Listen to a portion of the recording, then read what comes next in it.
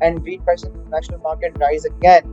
What if Pakistan's currency does not remain stable and there is outward smuggling pressure towards Afghanistan again in the next 6 to 8 months? So what happens then? Exit the market in a phased, stepwise manner over a number of seasons or a number of years. And it's possible that because governments overall are constrained fiscally right now, this may have something to do with it, Punjab government trying to cut its losses. So there are multiple angles to this situation, and it would be correct and fair to all involved that we first acknowledge the complexity of the situation. So there are broadly four parties to what's going on right now. One is the producers, which are the farmers. Second, the consumers. Third, the importers of the flour mills who imported grain prior to the harvest season. And fourth is the government. In my article, I broadly focus on what the government got wrong.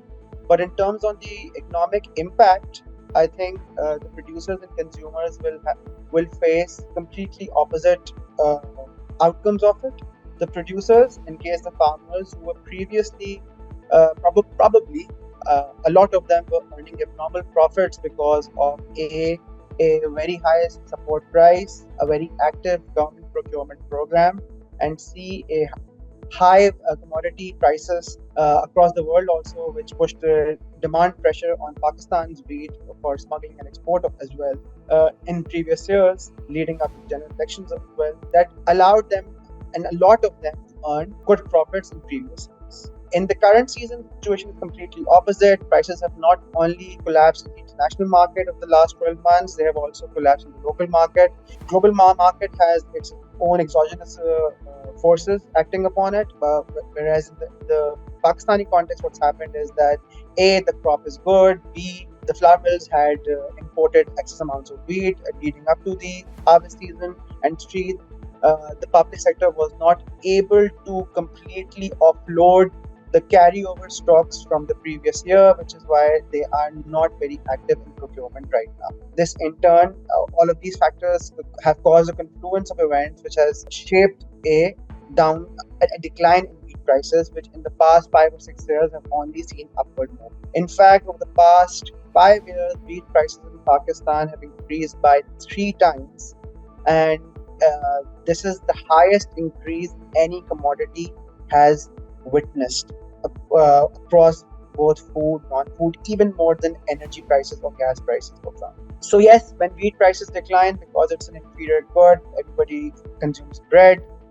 Yes, consumers who form a greater chunk of the population than the producers are set to benefit, but we have to be watchful that the end user prices of flour, of bread, of roti, they do decline in tandem. They are yet to decline in the same manner in which grain prices have declined over the past. That's one angle of it.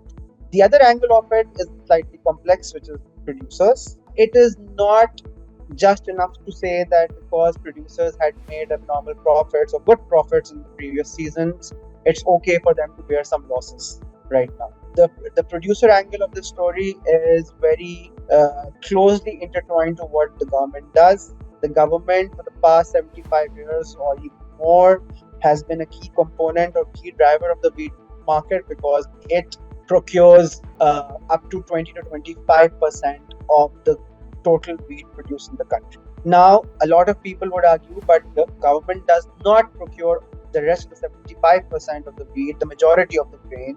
So what's wrong with the market right now? Why can't everyone sell to the private sector just as they used to in the past? The important thing over here to remember is that government, when it intervenes, it is the single largest buyer in the market.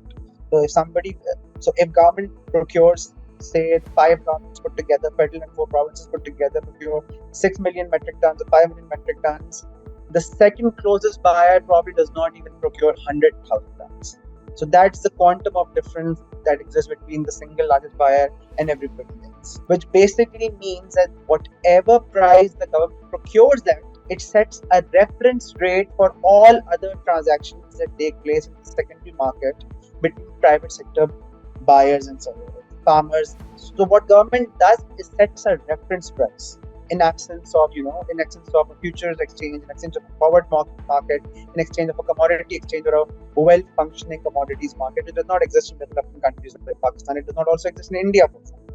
And that's the reality of where we live. So if the single largest buyer disappears overnight without any notice, without any plan outlaid explicitly in advance, that is a big problem, because it potentially means that there exists no one else who can consume or take that quantum of wheat, the excess quantum of wheat, which will now no longer be procured. And and basically it's akin to removing the rug from under the feet of the producers. This is unfair. Whatever the leakages, whatever the dysfunction in the wheat procurement mechanism, whatever corruption, for example, a lot of people are now saying, but you know what?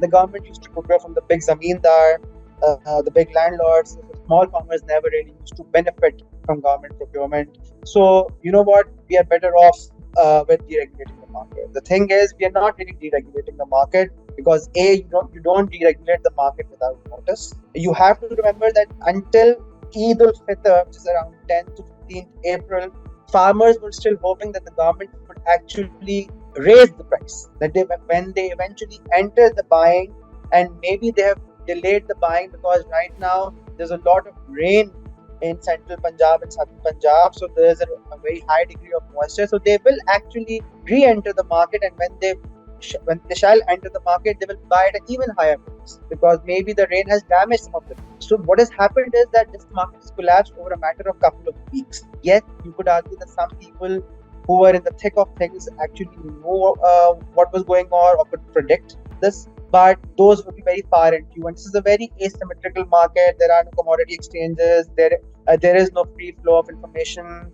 There is a lot of rumors. Farmers basically communicate themselves with each other on WhatsApp groups only, and you know how WhatsApp groups go, right? In terms of rumors and fake news as well. What has happened is unfair.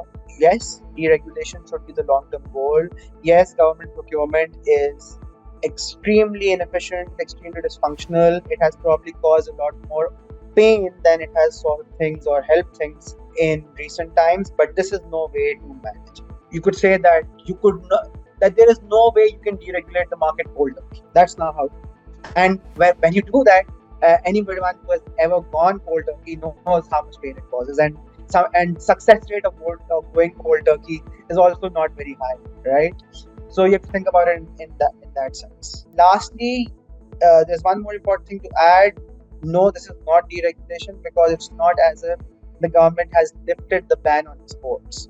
So it's not like even if Pakistan's producers were cost competitive in the international market, which by the way they are not, but even if they were, it's not as if they can, a private sector investor can enter the market right now and take up the excess wheat and export it to Africa, for example, because there is an export ban. So that's not really liberalizing and or deregulating. Why private sector traders would be even more unwilling to enter right now? Because the interest rates are too high. Previously, when interest rates were negative in real terms, it made sense for private sector investors to take up their excess funds, excess savings, excess investments, and invest all of that in commodities because commodities were rising and the interest rates were actually negative, so you could make a arbitrage in real terms. Right now, interest rates have turned positive. The interest rates are actually at a historic high at 22%, which means that it does not make sense to take up this excess wheat, most likely borrow funds on credit, and potentially invest in it when actually your currency is also stable, the currency outlook is also stable, and your inventory financing cost is also too high. So that's about it. Yes, private sector importers who imported wheat between November and March may have made abnormal profits. Was collusion involved? Was this gross incompetence? So no, it is the largest buy. It is by far the largest buy. It buys 25% of the production in the market. And what I said was that the closest the second buyer would come to would be something like 100,000 metric tons. So the difference is of probably 600 times between the largest buyer, which is the government, and the second largest buyer, which might be a private sector player or a trader. Right way to go about deregulation is, first, to correct myself, this is not deregulation at all. Deregulation is something that you first clearly announce. You lay out a vision for it. Exit the market in a phased, stepwise manner over a number of seasons or a number of years. You cannot buy 6 million metric tons and even make an announcement that you would stop buying from the next year and then buy zero next. You have to even phase that number out to 6 to maybe 5, 4, 3, 2, 1, which is something that a lot of people over a number of years have suggested. That's not something new. But I think even that would be insufficient. You cannot deregulate or exit the market without first developing or bringing up holding capacity of growers. You have to understand how commodity markets, especially agri-commodity markets, work. Commodity markets, especially something as crucial as grain or wheat, produces or harvests all of its production in a matter of, let's say, no more than 6 weeks, which then is consumed over a matter of 12 months. So you have 1.5 months of harvest and production 12 months, which means that there can be no private sector buyer large enough or big enough with the capacity to hold that sort of inventory over 12 months. Because the amount of investment that you require, nobody in the private sector can ever have the capacity to do it. And as Pakistan grows its output, as we become more productive, as we increase our yields, as our population increases, that quantum will only grow in future, right?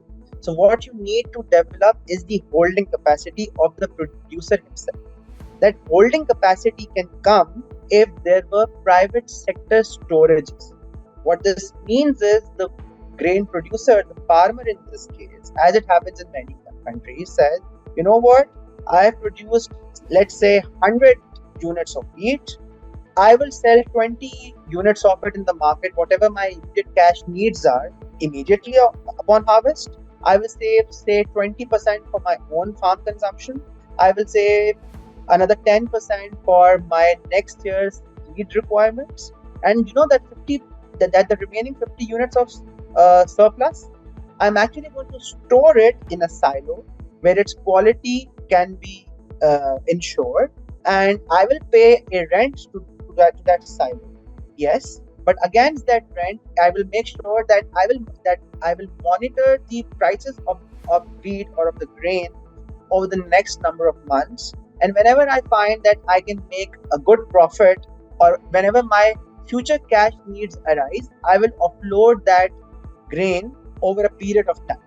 That's one way to do it. Another way to go about it is when you have a crop as large as wheat, which is probably, if I'm not mistaken, in value terms, is 3 to 4 times our second biggest crop price. So the value of wheat that we produce is probably 3 times the value of rice that we produce. So the quantum of wheat that Pakistan produces in one season is extremely large when you think about it in terms of farmers' investment. How much he is invested in this crop financially. The farmer cannot take a large percentage of adverse price. So a lot of countries, like even for example US, have mechanisms such as called revenue protection insurance. So what farmers do is they enter a revenue mechanism insurance scheme which protects them against a decline in market prices in case market prices fall beyond a certain percentage. Most importantly, you have to remember this is no deregulation whatsoever, because what government has is a system called support price, which a student of economics would explain to you, Micro 101. These are price floors or intervention prices. A floor price is basically something that the government sets and says, you know what, if the market price falls beneath the floor or falls below the floor price, I would intervene in the market and take the excess of your hand so that the average market price stabilizes. How can you stop buying when market has actually collapsed way below the price floor or way below the intervention price and say, I am not going to intervene? So this is not just, the government has not only left guaranteed purchase, it is also not performing its function of intervention price, which by the way, it has in a lot of crops. Even until last year, Pakistan had an intervention price mechanism in place for even cotton, which is not if a essential food commodity, or which is not which is not usually connected to our food security needs.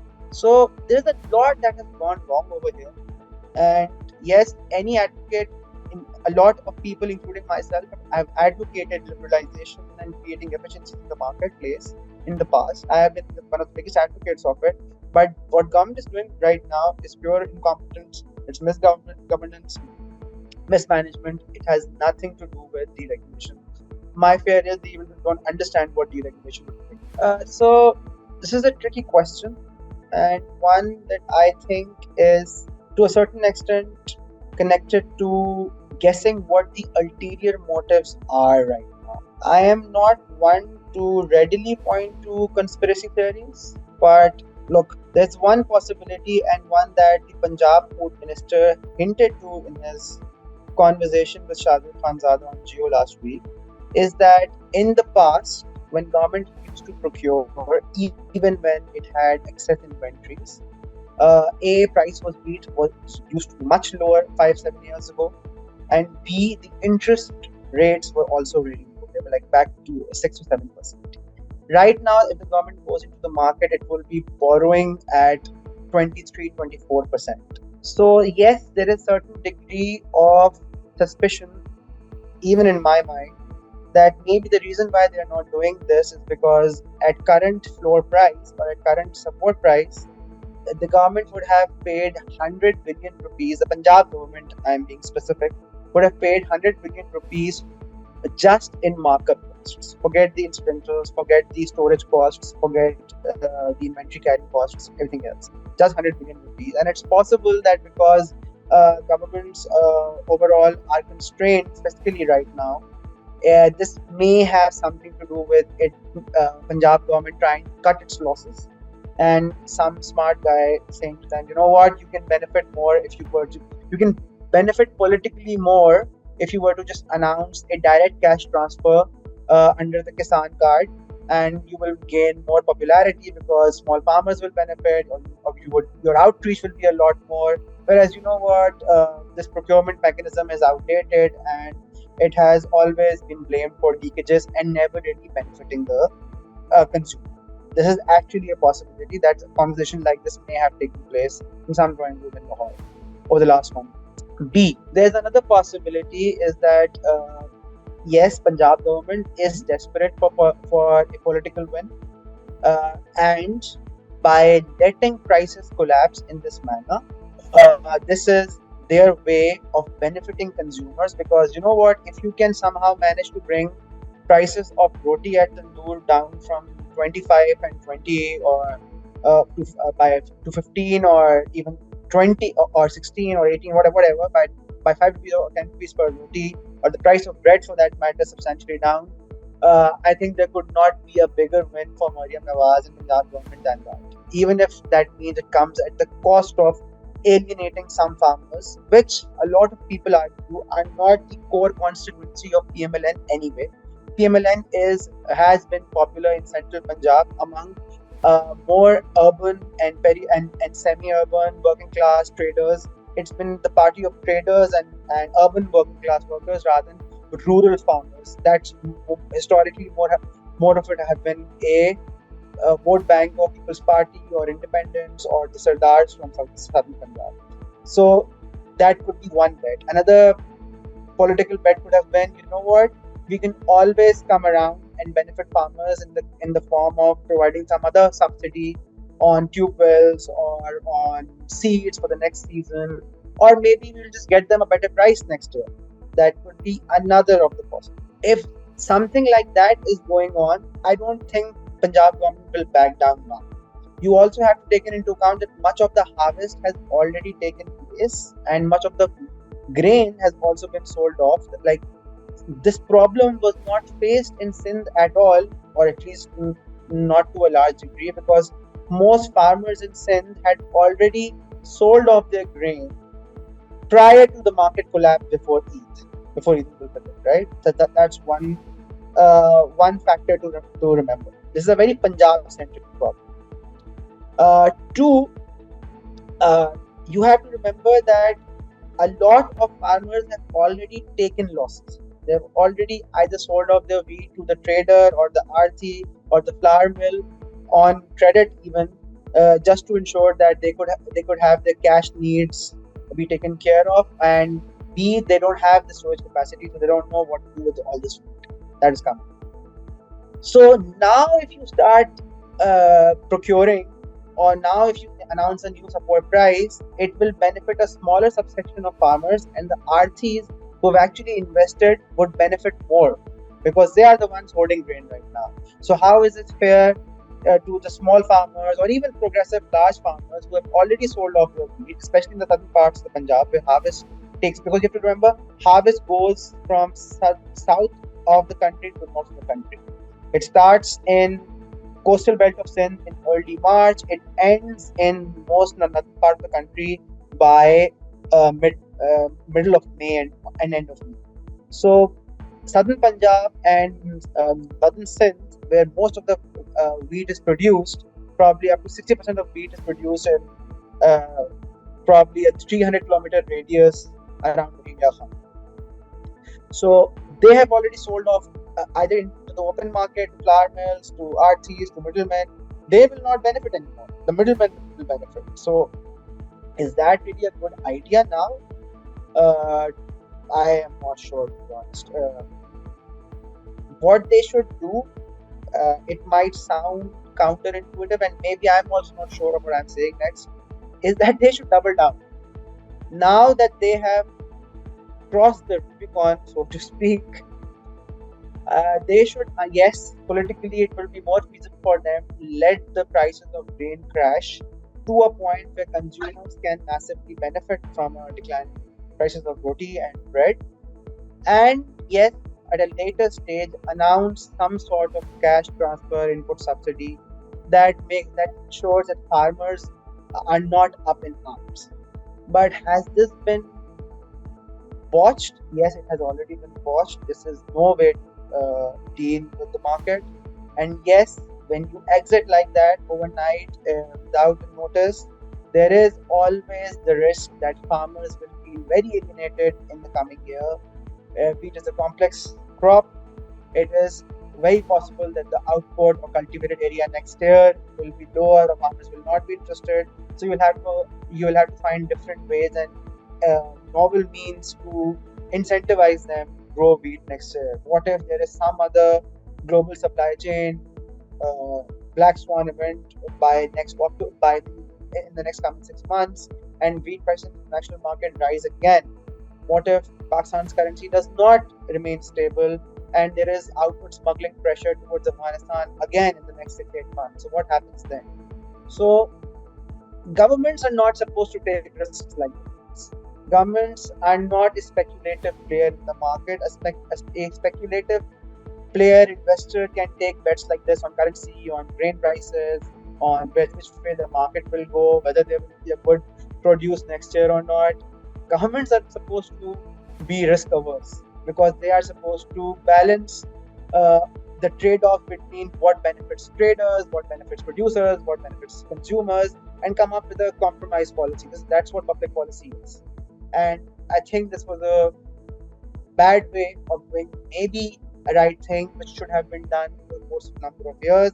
And I hope that it works out regardless whether it was done for ulterior motives or is a result of incompetence.